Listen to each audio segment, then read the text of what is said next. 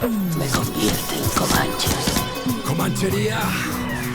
¿Qué lleva a un país considerado como uno de los más seguros en su región a convertirse en uno donde la crisis incluye motines en 6 cárceles, quintuplicar el número de muertes violentas y contar con una creciente influencia del mundo del narco? Esto ocurre hoy en Ecuador, que esta semana ha visto uno de los puntos más álgidos de esta crisis de seguridad, que es también una crisis política, económica y social. El modelo neoliberal, ese que te dice que el Estado es un obstáculo para tu libertad, que es mejor la individualidad de todo y que le quita el músculo al aparato que debería garantizar protección para todos y todas por igual, es responsable de este giro de tuerca que deja en el desamparo a las mayorías sociales y que no ofrece otro horizonte de futuro a miles de jóvenes que el de la incertidumbre absoluta. Incertidumbre, desigualdad, pobreza, desesperación. Palabras que delinean lo que ocurre en el país sudamericano que hoy se enfrenta a esta encrucijada: ¿Estado o mafias? Hoy en Zona Comanche hablamos de la crisis ecuatoriana desde una perspectiva de fondo que no se limite a narrar los hechos y datos que esta semana leemos en muchos medios, sino que analizamos el contexto y las razones que han llevado a Ecuador a la crisis en la que está sumergido. Bienvenidas. Me convierte en Comanche. ¡Comanchería! Bienvenidos y bienvenidas, comanches, a nuestra habitual jornada de los viernes. Volvemos en el primer episodio de 2024 y esta vez lo hacemos para hablar de un país que para mí es importante porque es un país vecino para mí, del Ecuador. Un país que está en un momento de crisis de seguridad, pero no solo, también de crisis política, de crisis social, de crisis económica. Una crisis que, como vemos, es multisectorial y que por lo mismo necesita una reflexión a fondo, que es lo que intentaremos hacer hoy en Zona Comanche, como habitualmente. Para ello me acompañan esta vez Abraham Verduga, profesor de la UTM y también militante de la Colmena, ¿me parece? Así es. Esto, y gracias por estar con nosotras. También Gracias. me acompaña Constanza Cisneros, activista y comunicadora social. Gracias por estar con nosotras. Gracias también. Miguel Urbán, diputado del Parlamento Europeo y además siempre con un ojo puesto en América Latina. Gracias por estar con nosotras. Gracias a vosotras. Desde Ecuador nos acompañan por videoconferencia Andrea Aguirre Salas, de Mujeres de Frente. Gracias por estar con nosotras. Hola. Y también Elizabeth Pino, de Mujeres de Frente. Gracias por estar a ambas desde Ecuador en este programa de debate.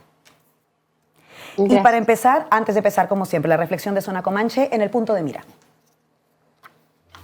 Ecuador se encuentra en crisis. La fuga de 2 presos, líderes de bandas rivales, ha sido la chispa definitiva que ha encendido un fuego que lleva años fraguándose y que ahora amenaza con arrasar con lo que queda del Estado de Derecho en el país sudamericano.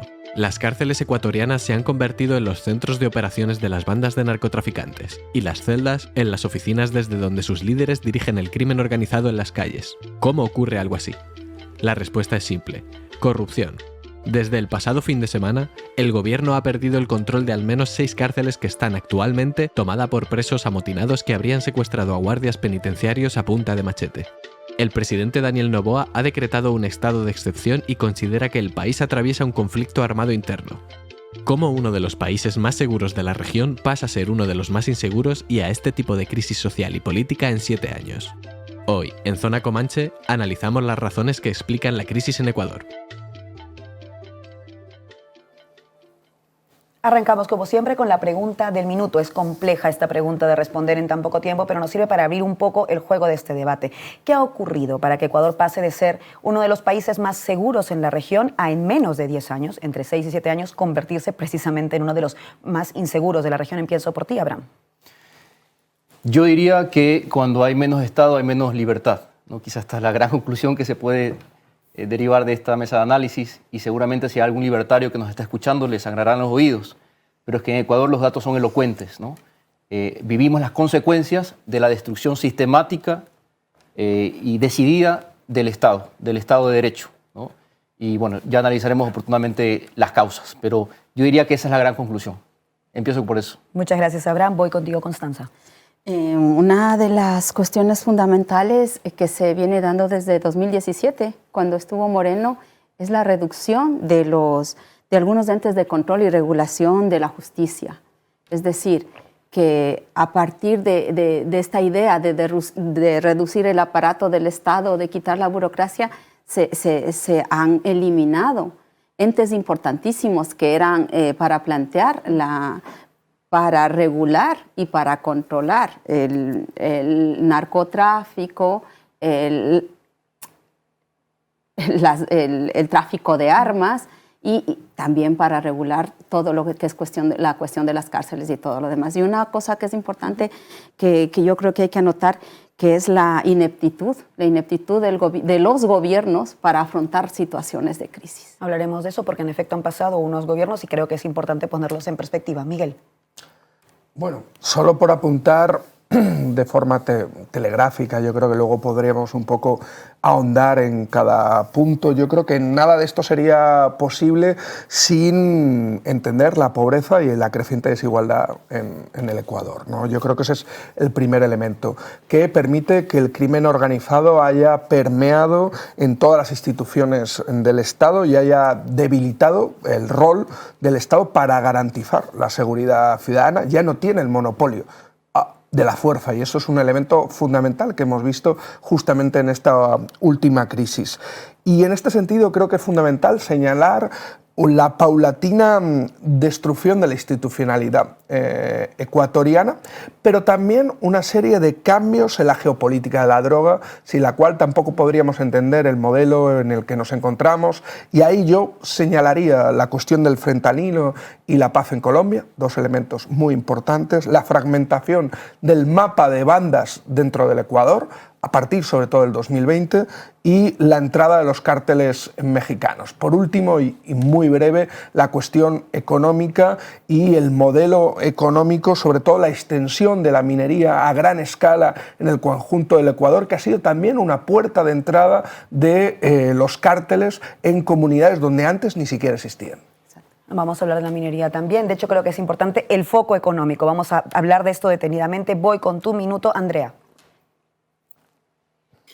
Muchas gracias. Decir que de partida, y eso es enriquecedor, nosotras nos vamos a colocar como organización feminista, popular, antirracista, que estamos dentro de las prisiones y en los barrios más empobrecidos del país en disenso con la perspectiva que nos han planteado.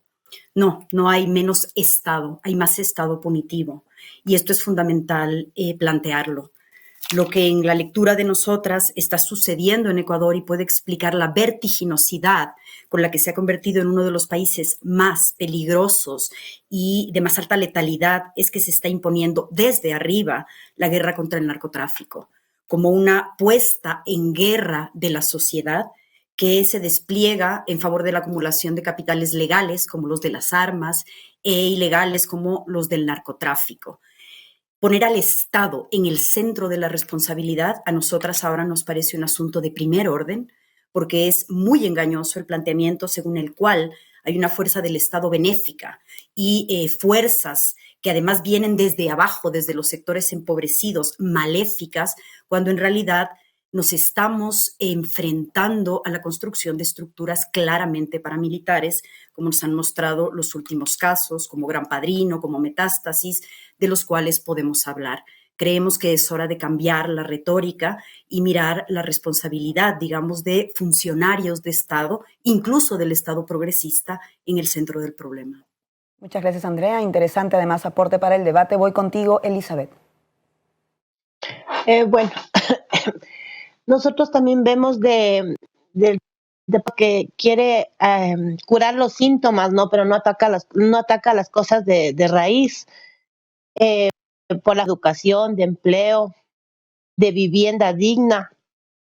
Y vemos también cómo es como un humo, ¿no? Porque para buscar terroristas va a ubicarse a sectores populares, a personas afrodescendientes, indígenas, si estamos con tatuajes.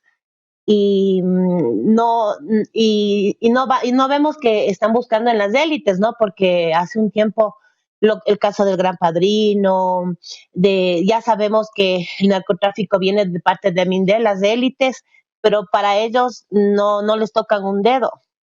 Somos el pueblo, los sectores populares, los barrios segregados son los que de ahí están saliendo los supuestos terroristas. Vemos un Estado racista, castigador, y castiga la pobreza. Me parece interesante porque han salido varios temas sobre la mesa vinculados a cuestiones estructurales y algunas derivadas de lo que acabamos de ver. Vamos a intentar abrir la puerta empezando por, digamos, el tema de la inseguridad ciudadana, pero me interesa luego llegar a esto que estaba mencionando también Elizabeth, que me parece clave, que es el carácter propio del Estado, lo que Andrea denominaba Estado punitivo, lo que llamaba también un Estado racista. Creo que es importante plantear todo eso porque explica lo que ocurre. Hablemos un poco de la violencia, que es de donde se encuentra el foco actual. El año 2022 ha sido el más violento en la historia de Ecuador. Esto no es casual, estamos hablando de que en 2017 las muertes violentas por cada 100.000 habitantes estaban en 5,8. En 5 años se ha quintuplicado esa cifra. Es realmente muy fuerte. Pero no solamente esto, aquí es donde entra también el factor del narcotráfico, ¿no? Donde hemos visto que así como en 2015 las autoridades incautaron 63 toneladas de cocaína, en 2021 fueron 210 toneladas. Este cambio, esta puerta que se ha abierto, ¿cómo se lee esta diferencia en tan solo unos años? ¿Y cómo nos hace entender el hoy, pero vinculado a todas estas cosas de las que hemos estado hablando en términos estructurales? ¿Qué puerta se ha abierto? Y también si existe la posibilidad de ser algo optimistas, ¿cómo se vuelve a cerrar si es esto posible? Abraham.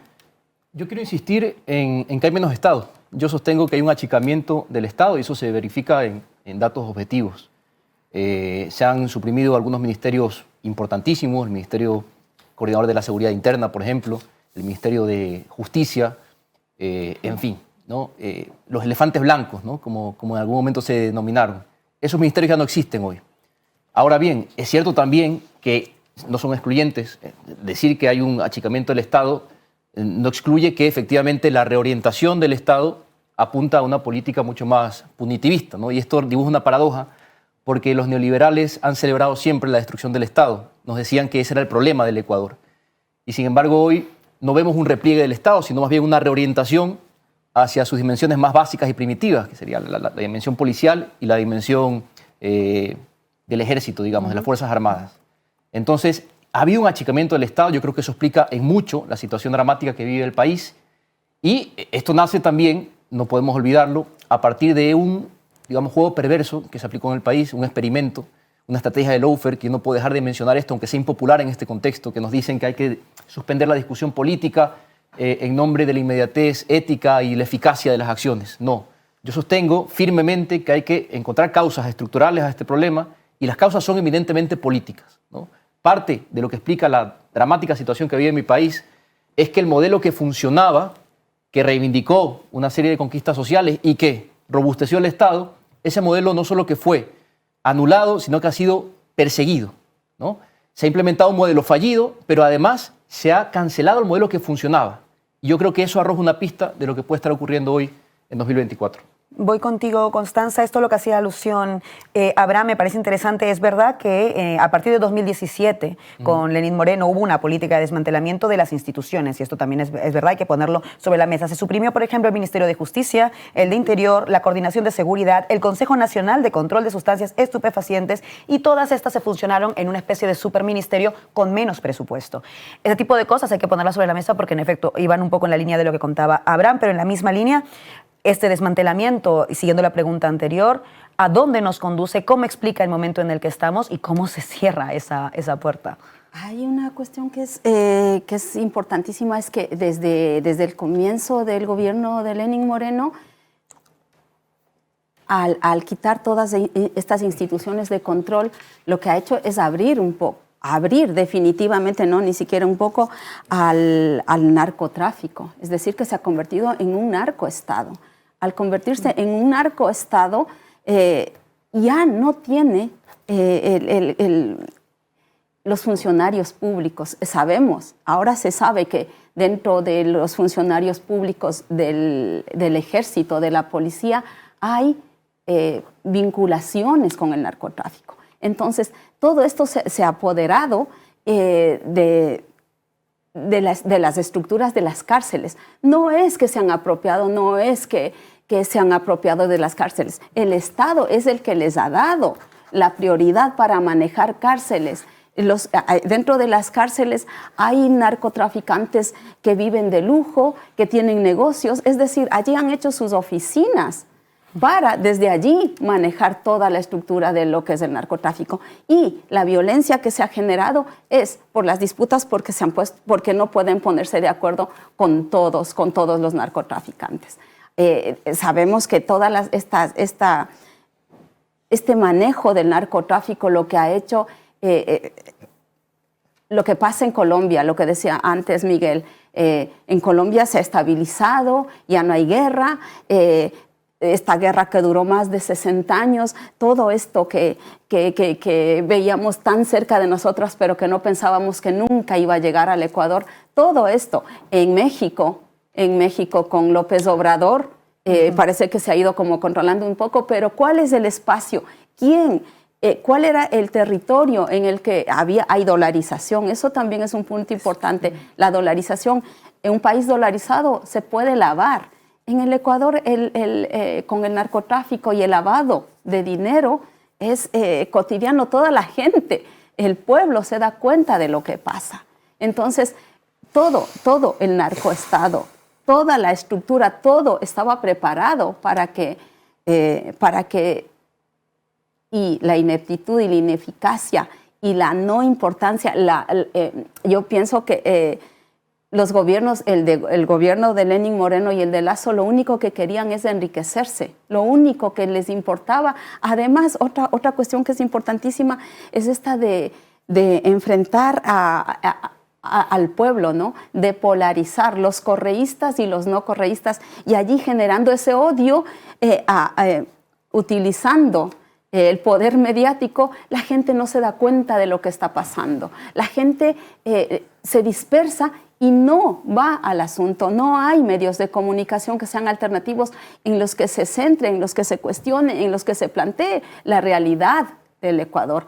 Los movimientos sociales y todo este aparato, esta estructura que está como fuera, pero que está mirando lo que pasa, no tienen tanto poder. Y eso es lo que está pasando. Sí, es importante. Has metido además el factor de dolarización, que me parece particularmente interesante porque sabemos que en la región hay propuestas de dolarización. Lo hemos visto, por ejemplo, en la campaña argentina, con Milei como el enunciador de la dolarización, y sabemos que esto abre la puerta a ser atractivo para el narcotráfico precisamente por el tema del lavado. Me pedía turno de palabra Andrea y luego vuelvo con Miguel en mesa. Sí, nosotras queremos volver a la idea, y Abraham, preguntabas por la perspectiva estructural.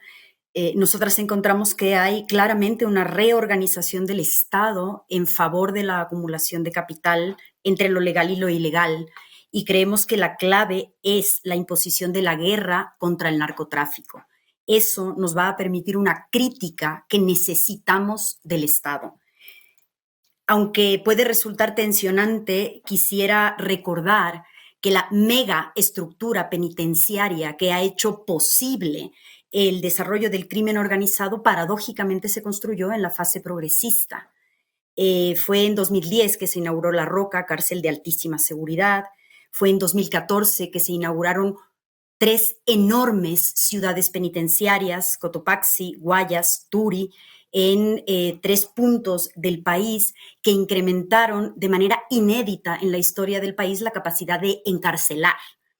Esta fue obra de la Revolución Ciudadana junto con la emisión de un nuevo Código Integral Penal, que fue mucho más altamente punitivo, maneras de procesamiento de población penal, de modo que en menos de 24 horas podías estar sentenciado. De modo que si pensamos con la clave de la guerra contra el narcotráfico, podríamos empezar a pensar por qué el progresismo coadyuvó al crecimiento, sí, del Estado social, tenemos un consenso, pero también del Estado penal. Dicho sea de paso, para 2017 habíamos encontrado que esa nueva infraestructura carcelaria había hecho crecer de manera inédita en la historia del Ecuador a la población penal. Hacia 2008 teníamos una población de alrededor de 8.000 personas presas, y para 2017 contábamos ya con una población de alrededor de 30.000 personas presas. En ese sentido, también debemos recordar el hecho de que empezó a hacerse inteligencia policial desde dentro de las prisiones. Le llamaron la unidad del ultramundo. Jorge Núñez, un pensador ecuatoriano, ha escrito al respecto y se podría indagar más profundamente en su trabajo. Pero lo que queda claro es que la policía interviene y hace inteligencia desde dentro de las prisiones. Y esto sucede desde 2015. En adelante, como ustedes ahí sí, digamos, en consenso con nosotras han planteado, los gobiernos claramente neoliberales, fundamentalmente de Lasso y actualmente de Noboa, han intensificado la guerra contra las drogas como coordenada de poner al país en guerra. La militarización de la seguridad ciudadana, las intervenciones militares en las prisiones, generando, y esto es clave, como ha dicho Elizabeth, y a día de hoy de manera brutal, una intervención militar que ataca en general a la población civil en prisiones y en los barrios más empobrecidos y racializados, de modo que como el enemigo es difuso, el ataque y la violencia termina siendo contra toda la población. En ese sentido, volvemos a plantear, es fundamental hacer una crítica y una autocrítica desde el progresismo para poder pensar los modos de la consolidación del Estado penal. Para nosotras es crucial entender que las estructuras que se llaman del crimen organizado son de carácter paramilitar, no son resultado de la pobreza que hizo que de los sectores populares surgieran, como alguna vez se decía con su toque racista desde España, sujetos endriagos que generarían estas formas brutales de violencia y acumulación. Nosotras sabemos que a quienes estamos viendo como perpetradores de la violencia son los trabajadores descartables de un empresariado mafioso que además está directamente vinculado con funcionarios de estructuras de Estado. La clave es mirar al gobierno de los Estados Unidos, el quehacer de sus embajadas, que en el Ecuador ha sido muy elocuente, para la imposición de esta guerra contra las drogas. México, Colombia, nos dan ejemplos que nos ayudan a entender lo que en el Ecuador está pasando. Para nosotras es fundamental que podamos poner en el centro esta discusión, porque además, y con esto cierro, en el Ecuador estamos mirando este despliegue del Estado punitivo y de las estructuras paramilitares como una nueva forma de racismo que expone a jóvenes de los sectores populares como responsables de esta guerra, como pudimos ver en el video de partida, adolescentes, todos ellos racializados, que desde el discurso del crimen organizado contra el Estado aparecerían como los responsables, cuando son la fuerza de trabajo descartable. Les vemos morir día a día. Necesitamos reorientar nuestra manera de comprender el conflicto para entonces poder desplegar auténticamente prácticas anticapitalistas, claramente antirracistas, y que nos permitan pensar desde el feminismo contra la guerra.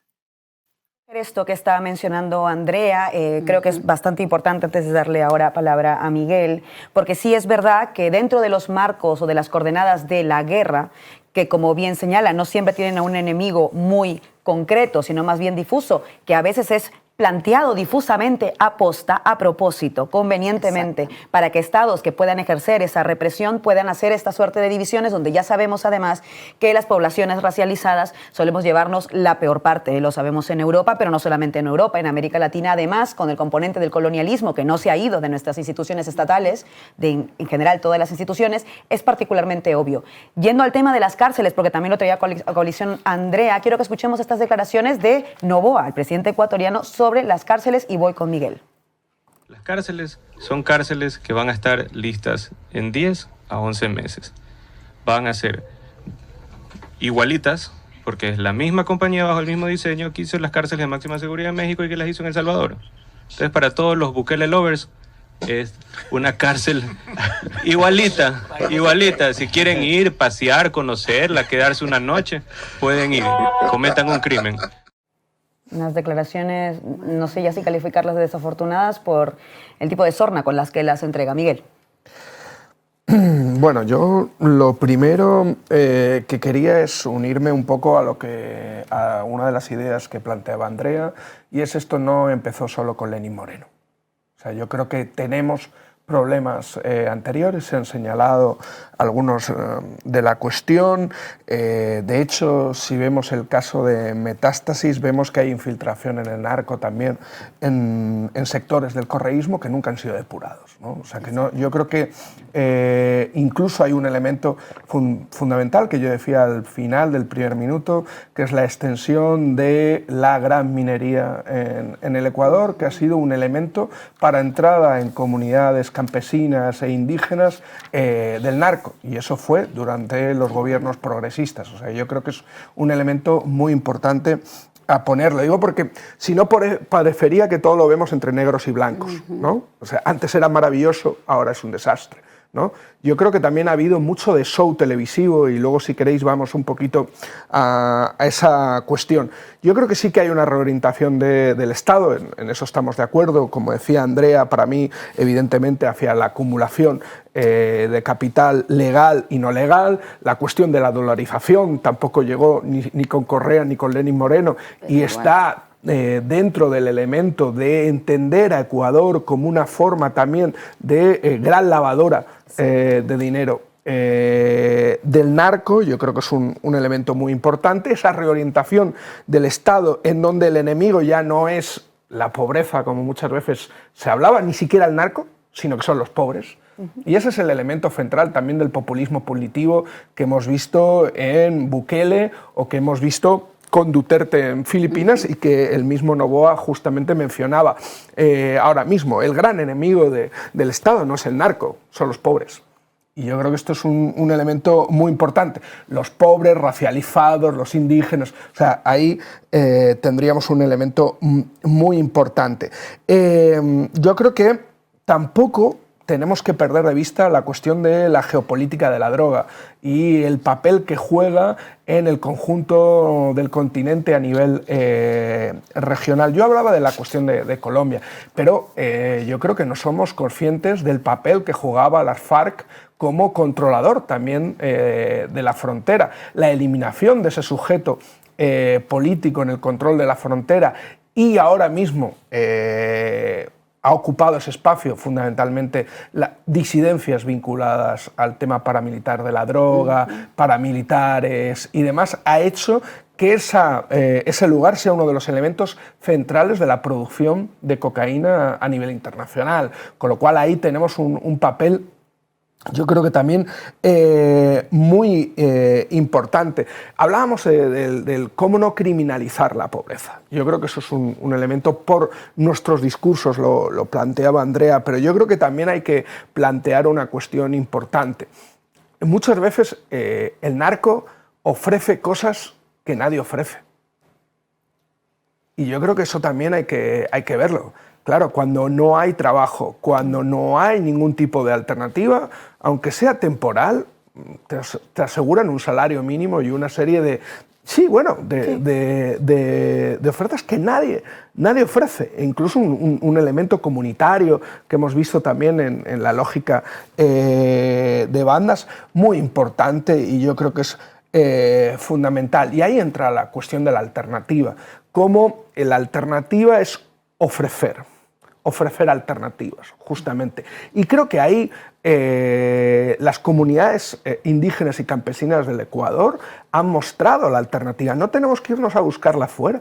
Yo creo que lo que ha hecho la CONAE, lo que ha hecho el Frente Antiminero, lo que ha hecho el organizar, recuperar la cuestión de la comunidad, recuperar una idea que es la seguridad comunitaria, no solo entendido como guardia indígena, sino como algo mucho mayor, ¿no? En donde se intenta recuperar también formas de vida sustentables. Hay un elemento que está en el Ecuador, que es la alternativa, que no la tenemos que buscar fuera, y es justamente lo que el Estado pretende combatir. Exactamente.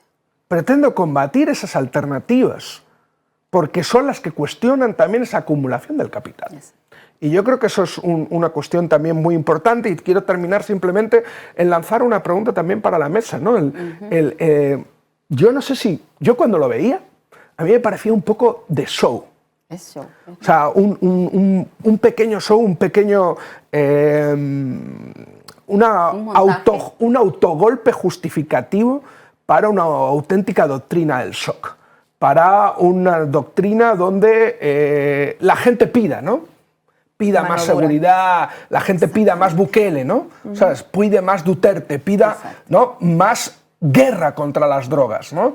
Esa lógica para mí es fundamental porque está detrás de lo que plantea ahora mismo Novoa con los paquetes de desregulación laboral, con los paquetes de privatización, donde todo va a estar permitido. Y la cuestión que lo planteaba también Andrea, que además entra dentro de la lógica de la geopolítica de la droga a nivel regional, que es la entrada del gringo, la entrada de Estados Unidos dentro del Ecuador, que ahora mismo con tal de que esto pare, aceptamos cualquier cosa, ¿no? Esa doctrina del shock, y yo creo que es muy importante porque estamos construyendo un aparato centrado en la represión, y es que esa represión no va contra el narco, sino va contra estas comunidades, y yo creo que, si no que se lo digan a los estallidos que se vieron tanto en el 2012 como también con Lasso, ¿no? Yo creo que en 2019 como en el 2021. Yo creo que es fundamental el ver que hacia ahí va esos mecanismos de represión. Por último, una última cuestión.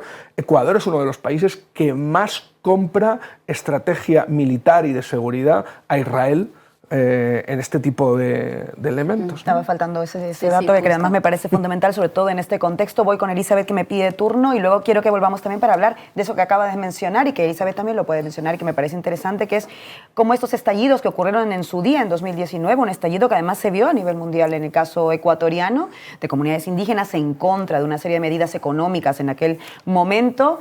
Si explican también un poco dónde estamos ahora, o si por el contrario haya habido alguna fractura. No sé cómo lo ven en el análisis, Elizabeth. Bueno, yo solo quería aportar con algo poco que estaba escribiendo, en lo que escuchaba, ¿no? Nosotros también vemos el achicamiento del Estado, pero para los ricos, para las élites, en los impuestos bajos, en el perdón de millones de impuestos, en la justicia penal, en hacerse, el Estado se hace sordo, ciego y mudo ante los juicios de narcotráfico que han tenido las élites, como el caso del Gran Padrino, la metástasis que ahora pasamos. Nosotros no hemos visto a ninguno de las élites encarceladas, que han sido, es al contrario, están siendo perseguidos los que son carnes de cañón. Ellos tapan, para nosotros también es como una estrategia política todo lo que está pasando, ¿no? Porque salen casos de narcotráfico que afecta a las élites, pero se pegan con los sectores populares. El presidente Novoa dice que el objetivo militar por terrorismo, pero esos objetivos militares por terrorismo están en los barrios segregados, en los barrios racializados, porque estamos viendo a los militares entrar a esos barrios. El hecho de que estés tatuado, de que que seas negro, tú ya eres franco para decir que eres terrorista. En la cárcel no vemos nosotros a ningún hijo de un Lazo o un familiar de un... simplemente vemos color de piel, vemos educación, vemos jóvenes que no han tenido educación, una buena alimentación, no han tenido oportunidades, y a ellos les declaran de terroristas. No hemos visto que vayan a las casas a allanar de los que fueron enjuiciados por narcotráfico. No estamos viendo allanados las casas de los narcogenerales, de los coroneles, de los capitanes. Específicamente estamos viendo la racialización para la gente de sectores populares. Interesante esto de Elizabeth, me voy a quedar con esta frase que me ha gustado muchísimo. El achicamiento del Estado lo estamos viendo para los ricos. Exacto. Que a ellos no les llega, no hay penalización, no ocupan las cárceles, etcétera. Abraham. Y precisamente eso me permite generar una reflexión. ¿A partir de cuándo ese achicamiento del Estado empieza a favorecer a las clases pudientes del país? Yo no quiero, digamos, proponer un debate binario. Yo no estoy aquí para defender a ninguna agrupación política, ni mucho menos. Además, y no tengo problema en reconocerme en el legado de la Revolución Ciudadana, ¿no? Sin que esto excluya que eventualmente he hecho críticas y muy fuertes, ¿no? Pero yo sí que reconozco un hito fundamental, Miguel, que es el año 2018. En 2018, durante el gobierno de Moreno, hay un hito que para mí marca un parteaguas en la historia nacional, y es que se llama una consulta popular, ¿no? Y se declara lo que conocemos muchos como la transitocracia, el Trujillato. El Trujillato fue una entidad que se llamaba Consejo de Participación Ciudadana y Control Social Transitorio, que empezó a nombrar autoridades de control en todos los órdenes, ¿no? Se cambió Contralor, Fiscalía, todo tipo de autoridades, ¿no? ¿Eso en qué decantó? En la proscripción de una identidad política que, más allá de todas las críticas que le puedo formular, tuvo, digamos, cifras elocuentes en el manejo de la cuestión de la inseguridad. Lo mencionabas al principio. Antes, en 2007, la tasa era de 17.8 de personas fallecidas por consecuencia de los crímenes violentos cada 100.000 habitantes. Correa lo dejó en 5.8. Esto convirtió el país en el segundo más seguro de la región. Y hoy estamos a 46 muertes cada 100.000 habitantes. Es decir, hay cifras muy frías, más allá de las críticas, insisto, que podamos, digamos, ensayar sobre el modelo de seguridad que implementó la Revolución Ciudadana.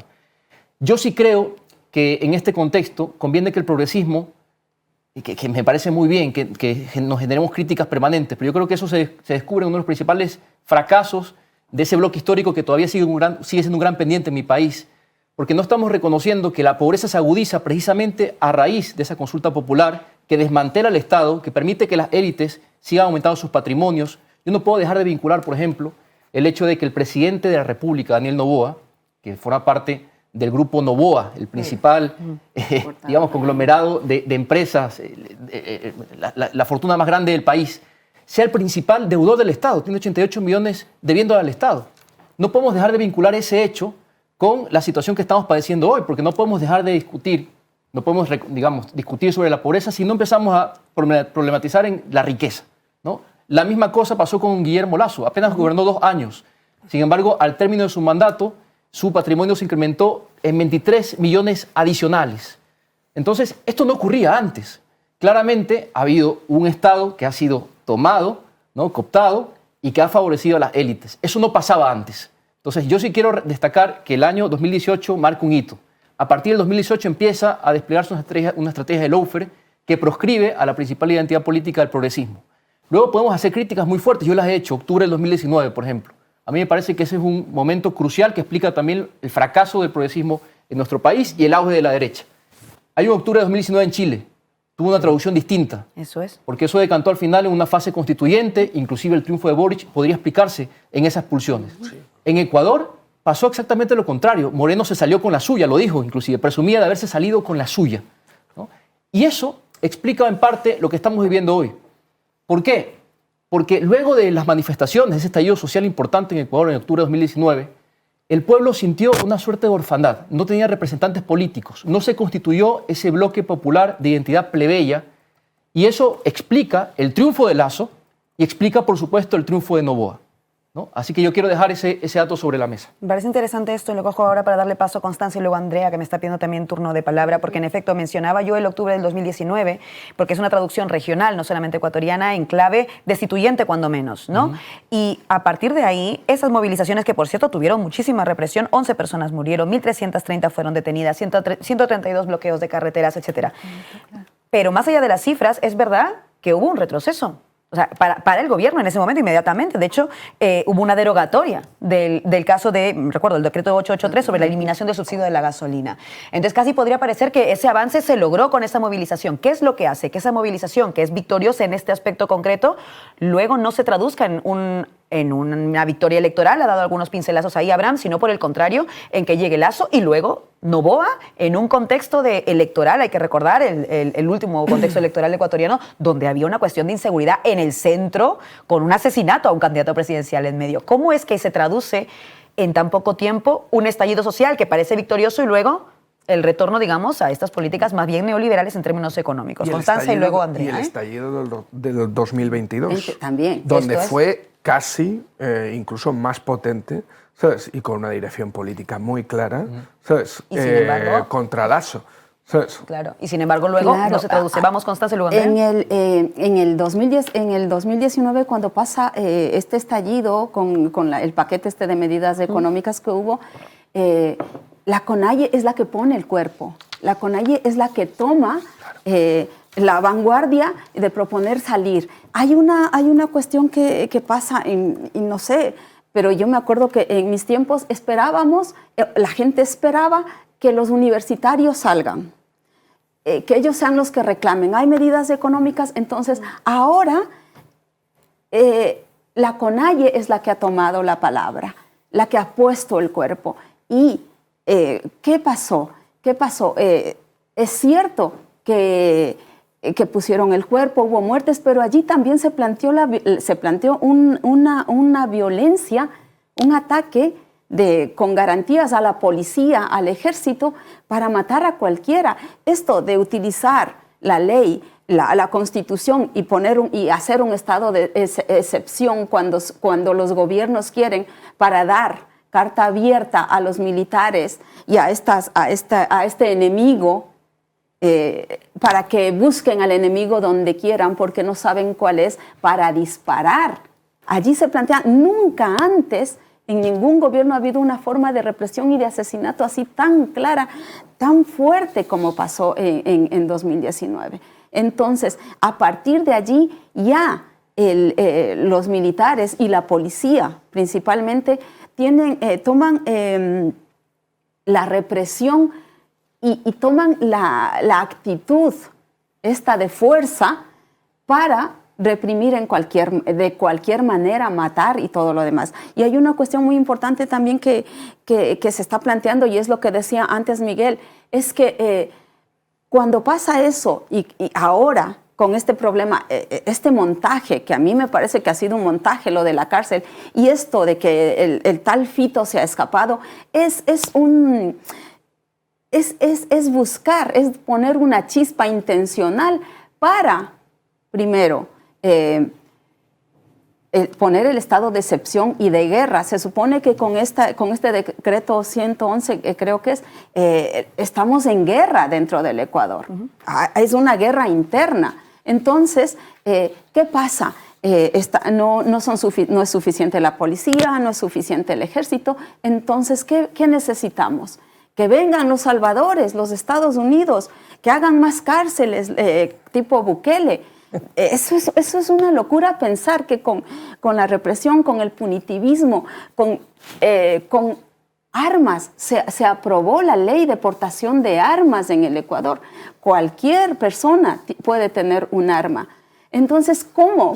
¿Qué seguridad se puede brindar en un país en el que la gente no le dan tiempo ni siquiera a asumir, a dimensionar las leyes que están dándose, los acuerdos que se están dando para reaccionar? Yo pienso que hay que tomar muy en cuenta y pensar que donde han ido los Estados Unidos a salvar, entre comillas, ¿qué es lo que ha pasado? ¿Cómo han dejado los países, dígase Irán, Afganistán, Libia? ¿Cómo han destruido todo cuando entraron a Panamá hace muchos años? Y en Colombia mismo. En Colombia. Es eso. Entonces tendremos que analizar desde allí, y también yo sí creo, la pobreza no es que en el gobierno correísta desapareció. Había muchos pobres. Que no se notaba mucho es una cosa, pero pobres y a los que la justicia no llega, a los que las medidas económicas son las que más afectan, ha habido y en el gobierno de Correa también. Sí, sin duda, y eso también. Y habían bonos para que no digan mucho, para que se callen, pero... Yo discrepo fervientemente con esa afirmación, la respeto por supuesto, pero los datos son fríos, ¿no? Casi 2 millones de personas salieron de la pobreza durante el gobierno de la Revolución Ciudadana. Salir de la pobreza es un... Bueno, me parece bien que... A ver, está bien plantear el debate. Yo creo que estos son espacios también precisamente para eso. Voy a darle ahora turno a Andrea, que me la estaba pidiendo, pero antes quería poner, precisamente por lo que mencionaba también Constanza, por seguir un poco el hilo sobre... Y también Andrea apuntaba a esto, entonces por eso me parece interesante, a esta perspectiva de la criminalización absoluta, de la militarización, que creo que es importante también entenderla como una alarma, porque además no sería el primer país de la región en esas claves. El martes por la noche, el almirante Jaime Vela Erazo, jefe del Comando Conjunto de las Fuerzas Armadas, dijo lo siguiente. Vamos a oírlo y luego con Andrea. El señor presidente de la República, Daniel Noboa Asín, a través del decreto ejecutivo número 111, nos estableció una misión muy clara. A partir de este momento, todo grupo terrorista identificado en el mencionado decreto se ha convertido en un objetivo militar. El presente y el futuro de nuestra patria está en juego y ningún acto de terror nos hará claudicar. Objetivo militar directamente. Hablamos de 22 grupos de crimen organizado que están incluidos en esta lista, pero me interesa la perspectiva de Andrea además respecto de esto, sobre los riesgos de esta perspectiva ya directamente militarizada de lo que va a venir ahora en Ecuador. Andrea. Sí, digamos que quisiera colocar 4 puntos porque quizá se dimensiona más o menos, pero la situación en la que nosotras ahora en el Ecuador estamos es como de auténtico terror y de auténtico shock. Puedo coincidir con Abraham, no es el momento de polemizar, digamos, entre diversos sectores de lo que podríamos llamar la izquierda, pero sí es el momento de tratar de encontrar puntos claves, incluso para la solidaridad internacional. Y para nosotras en este momento la clave es no a la guerra, no a la guerra. Y en ese sentido sí es elocuente que los principales actores del progresismo de manera pública se han alineado con el Estado. Rafael Correa lo ha hecho y cuando la Asamblea Nacional en Ecuador votó el decreto presidencial que declaró estado de excepción y conflicto armado interno, de manera unánime, toda la Asamblea Nacional votó a favor de la guerra, con el discurso, digamos, de que la militarización podría traer la paz. Entonces, no es el momento, por supuesto, de discutir el progresismo, etcétera, el correísmo, etcétera, pero sí es el momento de, digamos, posicionarse contra la droga. Y el progresismo en el Ecuador no lo está haciendo. Y eso para nosotras es grave porque, digamos, está costando la vida de compañeras nuestras en prisión, de los hijos e hijas que tenemos en las cárceles, en los barrios, etcétera. La clave, entonces, de nuevo, sería pensar la guerra contra el narcotráfico como una estrategia política norteamericana de largo aliento, que ya vemos cuáles han sido sus efectos en Colombia, México, y que tenemos que preguntar, este es el segundo punto que quería poner sobre la mesa, ¿a quiénes beneficia? Y está claro que desde 2010 vemos que hay empresas constructoras de estos grandes complejos penitenciarios que están siendo beneficiadas. La clave para nosotras, la industria de las armas. Entender esta guerra es entender que el Ecuador está siendo armado.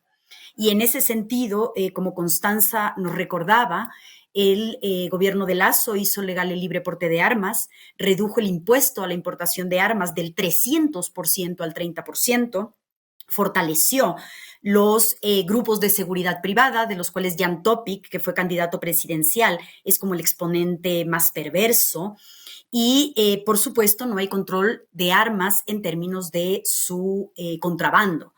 Si queremos entender la violencia, tenemos que preguntarnos qué empresas, qué actores están interesados en armar con armas de fuego de alto calibre a nuestra población. Otras empresas que están siendo, digamos, aventajadas por la guerra. Como decías, Miguel, sin duda el capital extractivo está siendo apoyado. Desplazamiento de poblaciones, el planteamiento de que la minería ilegal está en manos de algunos grupos que se llaman del crimen organizado, en fin. Por supuesto, sabemos que el blanqueo de capitales, como Abraham también nos recordaba, se está haciendo a través de los principales bancos del Ecuador, que además han construido estos que son bancos del barrio que permiten transacciones sin que se sepa quién está transaccionando y que, por supuesto, son las que están moviendo las economías penitenciarias y que están siendo favorecidos por el blanqueo de capital, el Banco de Guayaquil, el Banco del Pichincha, en fin. Sabemos que Lasso es propietario del Banco de Guayaquil. También sabemos, porque se hizo público, que la bananera Novoa participó, al menos tangencialmente, de la exportación de drogas. Se encontraron drogas en, digamos, containers de banano para la exportación de la misma bananera Novoa. Ahí tenemos empresas legales que se benefician directamente de la guerra. Y, por supuesto, empresas ilegales, tráfico de drogas, tráfico de personas, servicio de sicariato, etc. Podemos ver entonces que hay un enorme grupo empresarial que entre lo legal y lo ilegal está siendo directamente beneficiado por la guerra. Pero a propósito de los paros de 2019 y 2022, que nosotras reconocemos que fueron liderados por la CONAIE, pero es muy importante saber que todos los movimientos estuvimos presentes. Fueron 2 levantamientos populares, liderados por la CONAIE, sí, pero que nos involucraron, también por la brillantez de la CONAIE, a todos y todas, 2019, 2022. ¿A quién beneficia poner a un país en guerra? Por supuesto, al gobierno que intenta, como también decía Miguel, controlar levantamientos de tan alto calibre. La guerra contra las drogas es una guerra que destruye tejido social organizativo. Y, como dice Paley, podríamos estar hablando de una estrategia de contrainsurgencia ampliada. Entonces, para nosotras es fundamental preguntar, este es el segundo punto que quería poner sobre la mesa y el penúltimo para dar paso también al debate, ¿a quién beneficia esta guerra? También a los gobiernos que tienen que controlar poblaciones, que de maneras muy plurales y en las bases van construyendo tejidos organizativos y sociales que entonces sí tienen, por supuesto, mucho más que cualquier proyecto de Estado, posibilidades no capitalistas y eventualmente anticapitalistas. Esos tejidos sociales están siendo indiscriminadamente violentados por una militarización que, voy a insistir, está atacando de manera indiscriminada en los sectores más empobrecidos. Y un último punto con el que, digamos, quería contribuir a la discusión. Para nosotras ahora es crucial pensar el racismo. No creemos que sea una coordenada anecdótica o como un temita colateral, sino que creemos que estamos ante la construcción de nuevas formas del racismo, de responsabilización de los sectores sociales, hijos, digamos, de los pueblos indígenas, afrodescendientes, que están siendo criminalizados de manera generalizada y masiva. No paramos de ver en redes sociales a jóvenes racializados atacados, gente que se ríe porque están llorando, porque los están maltratando, no se sabe exactamente quién es quién. Parecería que esto es responsabilidad de los jóvenes afrodescendientes, incluso niños menores de edad que están siendo expuestos y para los que se pide penas duras. Hay una nueva forma del racismo en la cual, por supuesto, también tenemos que ubicar la absurda y que, por supuesto, no fue creída responsabilización de la CONAIE como actor del narco, ¿no? Que fue un intento de Lazo. En ese sentido, sí creemos que tenemos que posicionarnos todo el mundo contra la guerra y exigir a los actores del progresismo que así lo hagan y también empezar a pensar con mucho cuidado estas coordenadas del racismo que además están incrementando la polarización social y la violencia en nuestro país. Interesante vector, ese del racismo sin duda no es una cuestión anecdótica y creo que además explica muchísimo de lo que estamos hablando, de las crisis y de los primeros que son golpeados por estas estrategias que planteaba Andrea. Le doy paso a Elizabeth que me la pedía y luego vuelvo con Miguel. Ya, bueno, yo quería un poquito alinearme a lo de Andre, ¿no? Iba también a decir que pensemos y pongamos en discusión a quién favorecen estas guerras, quién produce las armas y quiénes son los dueños de esas fábricas de armas. Aquí el reclutamiento de los jóvenes y de dónde salen estos jóvenes. Yo voy a hablar bueno, académicamente no puedo hablar porque todavía no soy académica, pero sí hablo desde mis vivencias, desde las vivencias de personas privadas de libertad, desde ser una madre de un chico que está privado de libertad, que está ahorita dentro de la cárcel de la Tacunga en Cotopaxi. Hablo de parte de mujeres privadas de libertad, de mujeres que venimos de sectores populares, que sabemos lo que es el hambre, el no tener trabajo, sabemos en carne propia lo que es la necesidad, ¿no? También tener en cuenta que si hoy en día puedo pararme enfrente a ustedes, no es porque el Estado me dio la rehabilitación o me sacó, como decir, de la pobreza, ¿no? Fue porque nos organizamos, porque mujeres como nosotras llegamos a organizarnos para poder luchar por nuestros derechos, ¿no?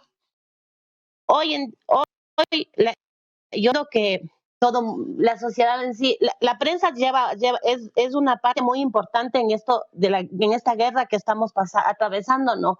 Porque la prensa pinta algo diferente a la sociedad. Lo que el Estado, es como que replica lo que el Estado le dice que diga, ¿no? Lo que el gobierno le conviene lo que diga, ¿no? Ahora somos objetivos militares, la cárcel no les están pasando comida, no les están pasando agua, supuestamente que se mueran, que se lo merecen, pero no todos los que están dentro de esa cárcel están en medio de esta guerra. Muchos de ellos ya están con boletas de libertad, muchos de ellos están por juicio de alimentos, muchos de ellos también son inocentes y tal vez han cometido algunos errores, ya lo están pagando, pero ellos tienen derecho a la vida. Como familiares nos hemos ido afuera de las cárceles con carteles de mano, pidiendo paz, pidiendo diálogo, diciéndoles pidiendo, o sea, no puedo creer que nosotros tengamos que pedir a un ser humano que nos perdone la vida como que fuera Dios. No entiendo hasta dónde llegamos como sociedad. Alegrarme de que otra persona esté siendo asesinada, de que otra persona esté siendo golpeada, torturada, y contentarnos de eso. ¿Qué clases de seres humanos nos estamos transformando ahora nosotros?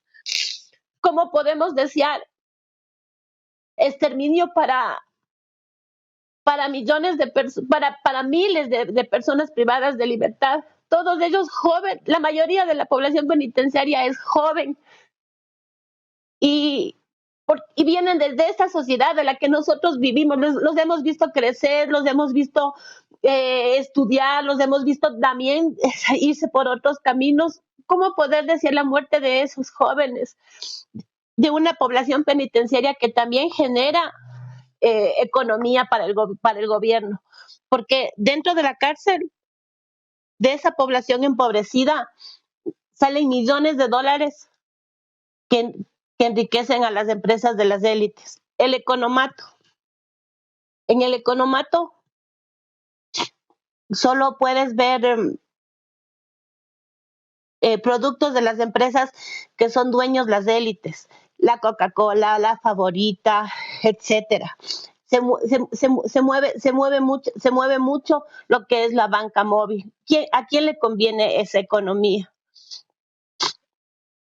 Muchas gracias, Elizabeth. Antes de seguir, le doy paso a Miguel, que se lo debo. Quería agradecerte también el testimonio.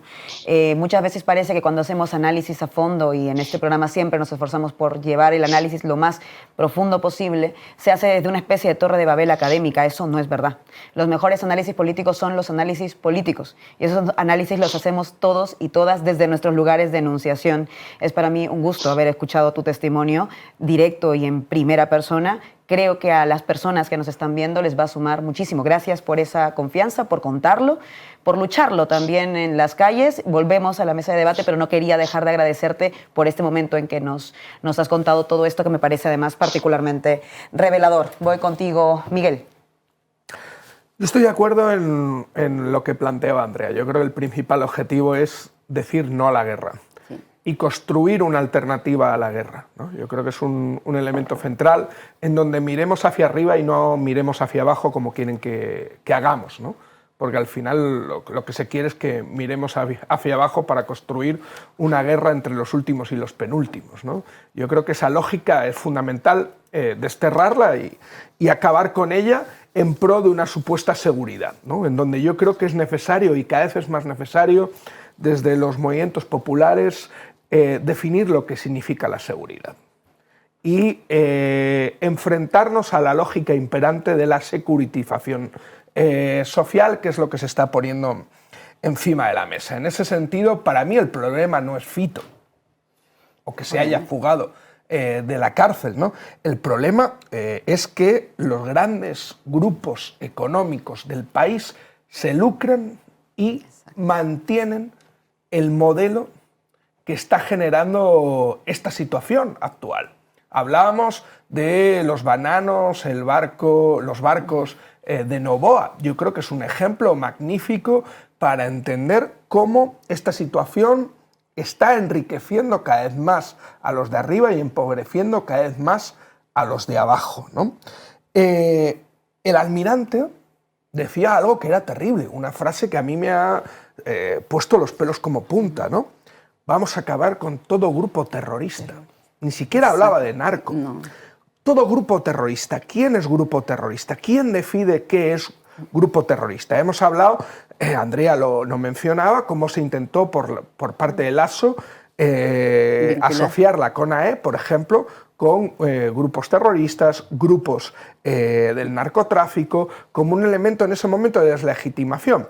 Pero ahora va a un elemento mucho más peligroso, que es la lógica de contrainsurgencia que hemos visto en países de la región, especialmente Colombia, Perú, evidentemente, también, pero si vamos a modelos del populismo punitivo que se están poniendo ahora más en boga, la cuestión de Filipinas, con Duterte 5 años de mandato, 30.000 asesinatos extrajudiciales en la supuesta lucha contra la guerra. Hay que parar sus guerras. Y yo creo que este elemento es fundamental y sobre todo hay que parar esta lógica de guerra contra las drogas como un elemento de contrainsurgencia, que yo creo que tendría una cuestión que es atacar justamente a los movimientos populares, atacar a las alternativas comunitarias que se están construyendo aquí y ahora enfrente de esta lógica extractivista, en donde el mercado de la droga también es una lógica. Claro. Tiene una lógica extractivista igual que tiene la cuestión minera o incluso el de las flores. Poca gente conoce la lógica tan brutal extractivista que tiene el brócoli o que tiene los tulipanes en Ecuador, que la gente cree que vienen de Holanda y realmente se están cultivando en el Ecuador a costa no solo del agua, sino de la sangre de las y los trabajadores ecuatorianos, ¿no?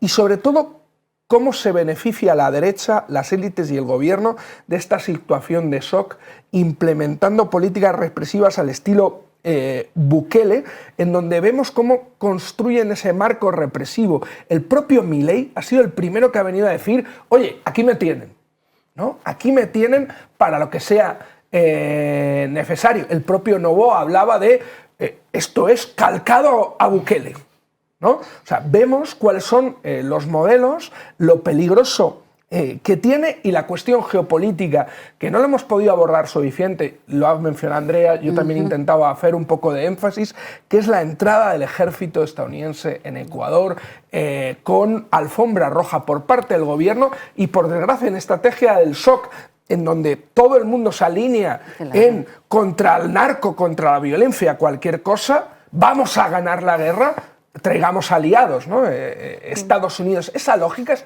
profundamente perversa. Recordemos el Plan Colombia, los 90, en Colombia.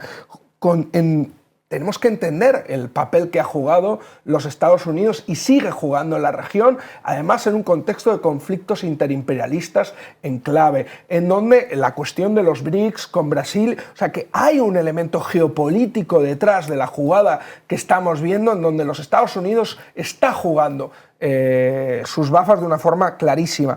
Y yo quería, totalmente de acuerdo con una cuestión que decía Andrea, yo no quería decir que el estallido o los dos estallidos eran la CONAE, no. Fueron estallidos populares en donde la CONAE tuvo un papel de dirigencia política muy importante. Yo quiero recomendar el libro de Estallido de Andrés Madrid, de Andrés Tapia y de Leónidas Siza, justamente sobre el 2019.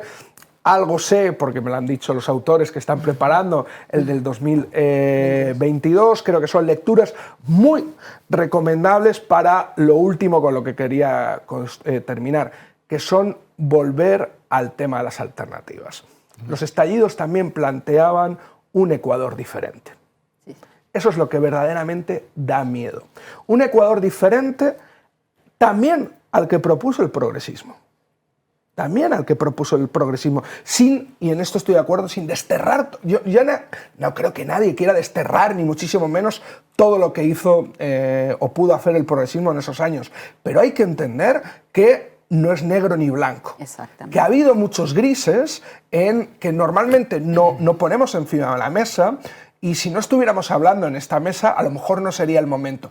Pero en una mesa de análisis como esta, entre compañeros, creo que es importante poner esos grises sin tirarnos los unos a la cabeza, entendiendo que con esto ahora lo importante es no a la guerra, pero para esa no a la guerra, lo principal es cómo ofrecemos un marco de seguridad alternativa a la securitización militar que propone el Estado y las élites a las comunidades que están sufriendo, evidentemente, esa violencia. Gracias, Miguel. Han salido muchísimos temas. Le quiero agradecer a todas por estar aquí, a Miguel, a Abraham, a Constanza, a Andrea, a Elizabeth. Parece mentira, pero hemos agotado el tiempo. Ya solo nos queda el minuto de conclusiones finales. Me comprometo a que hagamos otro nuevamente sobre Ecuador, porque esto además merece más reflexiones sobre también otras aristas, como decíamos, la geopolítica que se nos ha quedado un poco en el tintero, y tal vez otras incluso también sobre los claroscuros, si queremos, del progresismo. Hay tantas aristas que tocar. Pero les pido, eso sí, concreción y brevedad para el minuto final de conclusiones en la clave de lo que quieran plantear. Intuyo que tiene que ver con la alternativa que hay que construir, pero bueno, dejo entonces espacio a el minuto. Brevedad para cerrar este programa. Abraham. Bueno, ha sido muy enriquecedor este debate. Se quedan muchísimos temas en el tintero. A mí me parece que la cuestión geopolítica es fundamental, ¿no? Veíamos con estupor, a mí me indigna profundamente, por ejemplo, la solidaridad de la canciller de Milei hacia el gobierno de Ecuador, ¿no? Decía que el problema era que en Ecuador se habían enquistado los grupos socialistas narcoterroristas, ¿no? Ahí hay un componente geopolítico que hay que analizar porque, insisto, a este tema subyace una cuestión muy política, muy ideológica. La solución no es Bukele. Bukele combatió a las pandillas. Este es un crimen transnacional. A la postre no tenemos a la UNASUR. Eso también es otro de los retrocesos que hemos sufrido por causa de las estrategias de anulación de los sectores progresistas. Más allá de las diferencias, que con esto quiero terminar, que existen entre los progresismos latinoamericanos, es importante que nos volvamos a encontrar, ¿no? Y empezar a diagramar una estrategia para la articulación de un bloque histórico, porque la salida a esta situación de guerra puede ser más buquelización, más punitivismo. Constanza. Yo creo que es importantísimo lo que decía Miguel y esto de la organización comunitaria.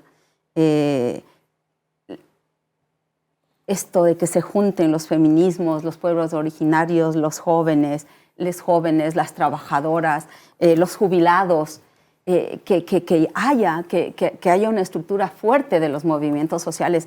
Los estallidos que se dieron en el 19 y en el 22 fueron de movimientos sociales, pero también nos tenemos que dar cuenta que falta mucha gente que reaccione, que se indigne ante esta situación, que sepan que la guerra no es la solución. El no a la guerra tiene que ser el principio fundamental de todas estas organizaciones sociales y comunitarias, porque tenemos que mirar por todas, por todos. Tenemos que pensar en el presente. Esto de indignarse es importantísimo porque el fascismo, porque la ultraderecha está allí y si no nos ponemos atentas a estas situaciones, nos va a absorber. Así que tendremos que estar atentas, saber que el no a la guerra es fundamental y que las que tenemos que poner el cuerpo allí somos las organizaciones sociales y que lo vamos a hacer, que sabemos que organizarse, decíamos hace más de 30 años, que organizarse es empezar a vencer. Voy ahora con tu minuto, Andrea. Quisiera, digamos, plantear que para nosotras es fundamental que se reconozca y se entienda, y seguramente sí se está haciendo, que Constanza, nuestra capacidad y nuestra posibilidad de indignación, digamos, está siendo sometida, digamos, con un riesgo de sufrir como violencia. Justamente es el tejido social, organizativo, el que está, digamos, siendo arrasado junto con esta estrategia bélica de control de poblaciones a través del terror. En ese sentido, no a la guerra, nosotras creemos que tiene que ser en lo inmediato una demanda de la gente que se solidariza con nosotras, con Ecuador, desde otros lugares. Nosotras hemos producido un manifiesto, se llama Manifiesto contra la Guerra en Ecuador, América Latina y el Mundo, y creemos que es importante que en el sentido concreto, práctico, pudieran quienes nos escuchan contribuir con adhesiones y contribuir con su difusión. Necesitamos construir una voz lo más amplia posible que en lo inmediato diga de manera sencilla y contundente no a la guerra. En adelante podremos empezar a decir no a la construcción de estas nuevas prisiones y abrir nuevas discusiones para disputar aquello que incluso en el contexto de la izquierda se está convirtiendo en sentido común, la lucha contra las drogas como una guerra legítima. Todo eso tendremos que irlo disputando en el tiempo, pero hoy para la vida de quienes estamos aquí, muy especialmente en las prisiones, en los barrios, en la provincia afro de Esmeraldas, el no a la guerra es fundamental. Y queremos entonces invitar a adherir a este manifiesto, leerlo, también mirar estos puntos de vista y eventualmente materializar la solidaridad con Ecuador, con nosotras, nosotros, nosotres, a través de él. Manifiesto contra la Guerra en Ecuador, América Latina y el Mundo. Tu minuto, Elizabeth. Yo solo quería decir que podemos también tener en cuenta que está en juego la vida de muchas personas, que podemos decir un no a la guerra, un alto a la guerra, que queremos paz, pero con justicia social, porque no puede ser que sigan muriendo personas